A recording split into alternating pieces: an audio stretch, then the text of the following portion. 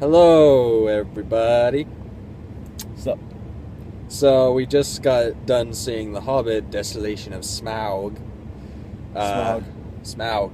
I don't care how they pronounce it, it is Smog. It is Smaug. You heard Bilbo. If it comes from Martha Bilbo, you know it's right. Leonard Nimoy sang a song about him. Need I mention Avatar: Last Airbender? Ong. Don't even We all know do it's not. Aang. Do not bring up that movie. That movie does not exist. It didn't It was happen. actually not a terrible movie. It didn't happen. It's not a terrible movie. It didn't happen. Alright. Alright, let's get this thing started, shall we? So, after 2 weeks of him and I trying to go back and forth, trying to go see this movie, we finally saw it tonight, and it was really good. It was. It actually was. I mean, I just saw the first Hobbit movie last week, so, yes, I know, I'm a week late again. Yeah, I know, first Hunger Games, now Hobbit, sue me. I might, actually. I actually might. Yeah, see how far you get, I got nothing. You won't get anything out of me. Probably got more than me. Vehicle. Yeah, whatever. But it was really good. Like the first scene starting out. How to describe the first scene? It pretty much it's trying to throw the 3D stuff at you with those bees and shit. Remember that? Yeah, but then again, I liked it. It was well good. done because unlike most movies with 3D, it wasn't everything's not coming at me. It's just like one little thing in the movie. Okay, so that's flying at you. Cool. That's actually it works. The only problem with the 3D I have is after a while you stop really noticing it. I had to get keep used to it. I had to keep putting off and on the glasses to know. I don't know. My eyes get used to it. I just it immerses you in it. That's what I like. Yeah, it makes you feel like you're actually there somewhere. Exactly. But it was really good for a 3-hour movie. It didn't. It went by somewhat quickly, surprisingly enough. The only thing I got upset with is how long until we get to the mountain? How long until we see the fucking dragon? And then it was too short. Yeah, exactly. But before we get to Smog, we get he goes. Of course, Gandalf goes away again. What does it take? What is with J.R.R. Tolkien in separating these like fellowships and these groups? He's like he has a fetish for it or something. He's like keep them divided. But you know what? Keep them divided. They actually, unlike in the books, they actually decided to say, "Oh, hey, here's what he was doing this whole time." As in the movie, they actually give you a little bit of a, this is what he's actually doing. Books, he's gone and then he reappears. That's it. Period. Yeah, that's one thing with books. They gave you a backstory. They've actually, one of the reasons why they're doing 3 movies, I think, is because they're expanding upon the actual universe and they're actually trying to tie it in more. And they are doing a good job on consecutive sequels. And they're doing a good job on it, which is difficult to do because a lot of fans would usually be pissed off with all the changes, but yeah, but they're keeping it true. They're not necessarily keeping it true to the book. They're following the storyline, yes, but they're keeping it true to the Lord of the Rings as a whole, not necessarily as a single part. Like, I've heard they're borrowing from different parts of the other J.R.R. Tolkien books. Yes. And that's one of the reasons that it works, because, okay, so maybe this wasn't in The Hobbit, but this was talked about in consecutive movies, so it's cool that they brought it into this. Well, the book is only 300 pages, so they had to do something. I mean, they made the 3 Lord of the Rings movies. Each were 400 pages, so I guess they had to do something to keep this going 3 movies or something. Yeah, but it works. So we get into this forest with the dwarves, where, of course, the fucking spiders show up. The spider scene was very well done. True to the movie, I loved it. I fucking hate spiders. And that scene, you remember the scene with the one dwarf, how when the elves finally catch up with him, he takes out that picture book and it shows his wife and his son, Gimli. And his son is Gimli. I was like, oh, I see what you did there. I see what you did there. Spoiler alert. Yeah. Legolas is in it. They probably already saw that from the trailers. So what? And of course, he was his perfect self, like in all the Lord of the Rings. Like, if you were to fucking prancing elf, like the nostalgia critic, I believe that Legolas is just too perfect in these films. He's just too perfect a character. You give him the ring, he'll put it on the end of a bow and shoot a ray into Mount Doom. I could actually see him doing that. He's so perfect. You put the ring at the end of an arrow, he shoots it, it will fly all the way into Mount Doom. What is he, the Green Arrow? I don't think he's quite that good. He's an elf.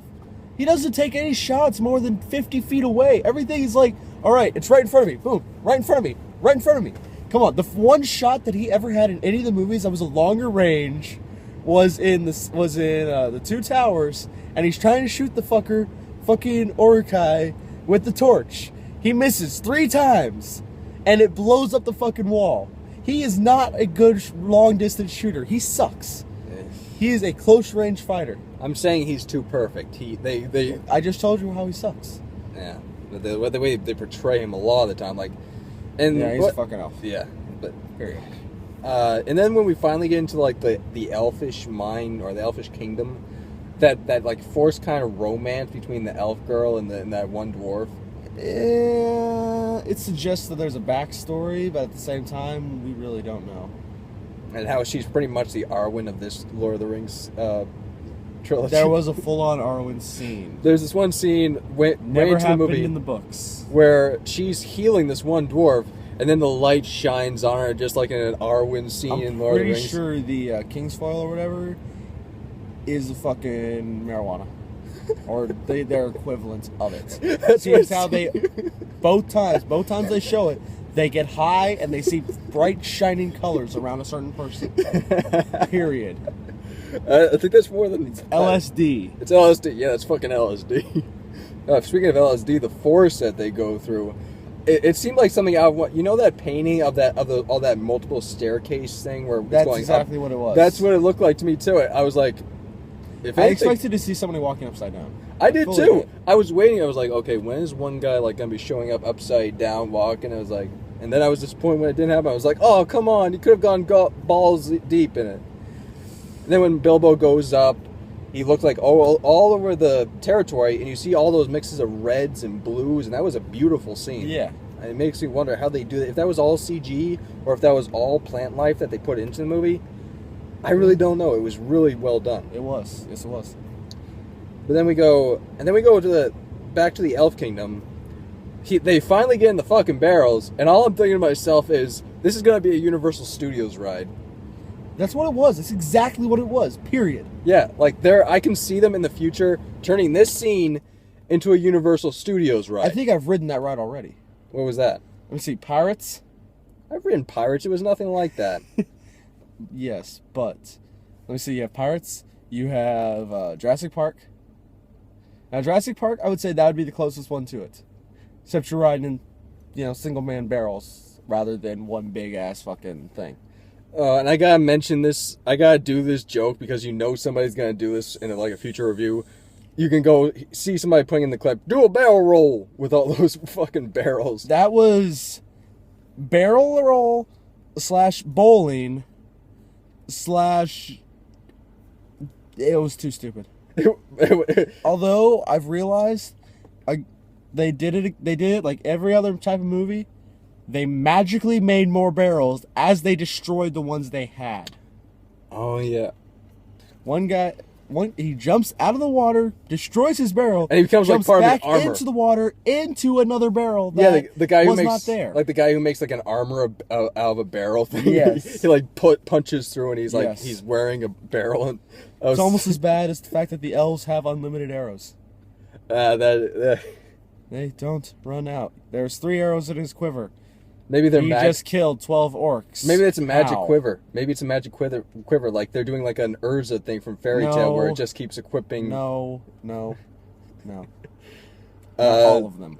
And then and then once we get from the elves, we go to this like completely different tone from the rest of the movie where we're kind of escaping the fantasy tone and we're going to this like small fishing village, and I was like, I'm not too interested in this part. Reading the books, I actually liked it. They did it well. They did it very well.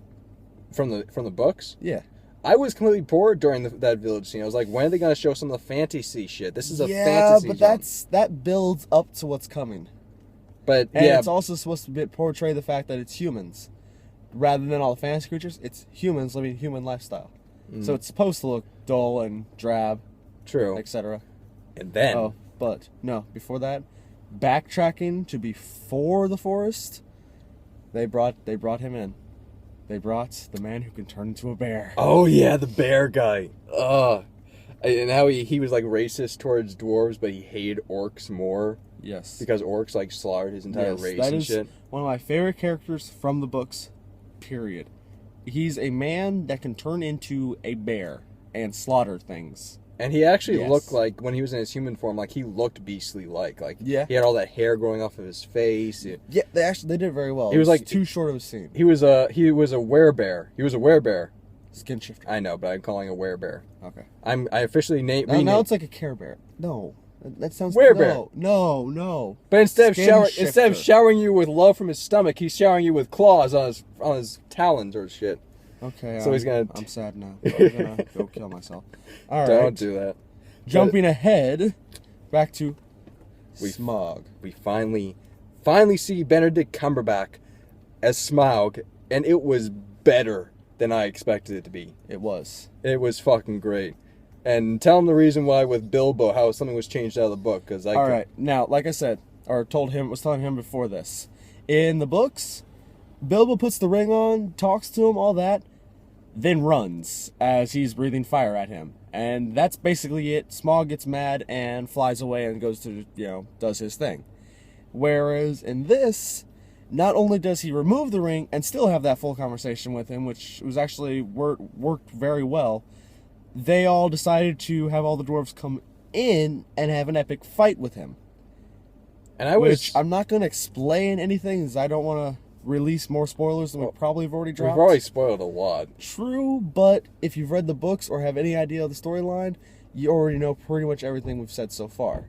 And I loved Benedict Cumberbatch and the fact that they have both. Yeah. They have both the guy who plays Watson and the guy who plays Sherlock from Sherlock. Have you seen that show? I haven't seen Sherlock yet. You have to fucking watch Sherlock. It is probably I'm watching other shows. I've watched Elementary. There's only 3 episodes to a season. They're an hour and a half long. You can watch Sherlock. Okay, I will. Now, on to other things. Thing that pissed me off most about the movie: molten metal riding fucking wheelbarrow through molten metal. Oh yeah, when he's going on it looks epic, seems awesome, but not even in a mystical fantasy world do I fucking believe that that's even remotely possible. Considering that it's molten metal that he's decided to ride in a thin metal barrel down a fucking river. But it's badass. Metal. He's like, I'm not fucking scared of getting well, ignore smelted. the fact that that even if it didn't melt, it would have heated up to the point that he would have been set on fire. Sure, the iron underneath him would probably be like hot, hot, hot, hot, hot. No, it would have been fire. He would have been so instantly dried out that he would have spontaneously combusted. I mean, like the iron underneath him would have gone higher and hotter and burned him. Yes. But and that one scene where he jumps down, he's like trying to get away from Smaug. That was actually really good. And he lands on top of his mouth. Oh, I fucking lost my toothpick. Yeah, that was actually pretty epic. That was badass. That was fucking badass. And that up to there is worth the price of admission alone. The parts with Smaug. Yes. And that's about all she wrote, because after that, Smog decides to leave and attack the village. And I kind of was glad they cut it at that point, because I was afraid all throughout the movie that they were just going to cut it right as they enter the cavern. Like, I was like, no, please don't cut it here. They at least finished Smaug, yes. They at least introduced Smaug after they had built him up from the first movie. Yes. And you realize, in the next movie, he's going to die within the first 30 minutes. Oh, yeah, I've already heard how he dies. So I already expect that. So, unless they, draw it out into, a long-ass battle. Don't. It's a fast battle. Why? Fast. He's a fucking epic character. You gotta let that character go for a little while. False. He had his time. He's a dragon that was killed by an even more epic character, a fucking human with an arrow. Fucking black spear-looking arrow. Not true to the book. In the book-wise, he uses an actual bow and arrow and shoots him. So it's not like one of those launcher arrow things? In the book, he uses an actual bow and arrow and straight up shoots him. Then what was the point of changing that? That makes no sense. That sounds even more badass. Why would they change that? I don't know. Because probably to make sense of why does he have a gap in his armor, rather than just he has a gap in his armor. Get over it. But I think they did explain that in the book. Like, I think I read somewhere they did explain how he got that wound. Like, in the book, they explained it more as the fact is that most dragons are, hard as iron, scales and all that, but their underbelly is soft. And the reason why his was so hard was because he slept on jewels and stuff that it would literally encrust it into him, and that one spot just simply wasn't covered. It was just simply a Oh gap. yeah, that's that. I read about that part with the belly, how all the jewels would come like attached to his skin and all that. And basically there was just that one gap from an arrow basically that had knocked it loose at one point or another, and it simply never filled back up. So it's pretty much a MacGuffin. I have no idea what that is. It's pretty much a meaning to get. Well, that's. I always have a hard time between MacGuffin and Deus Ex Machina, but MacGuffin is pretty much something that furthers the plot along, and Deus Ex Machina is something that comes completely out of nowhere with no word whatsoever and furthers and pretty much solves everything. Yeah. Like what happens in Dragon Ball Z with Super Saiyans or a lot of anime. But no, I really hope he misses with the black arrow and has to use a bow and arrow. Yeah, that would be a lot cooler. Yeah. It And would also build it up a lot nicer and make it look even more epic because the big ass Bastila wasn't able to do it. And I love the Or design. Ballista. I love the way that Smaug was designed. I just love the animation of this guy. They they mix both. They definitely pulled like snake.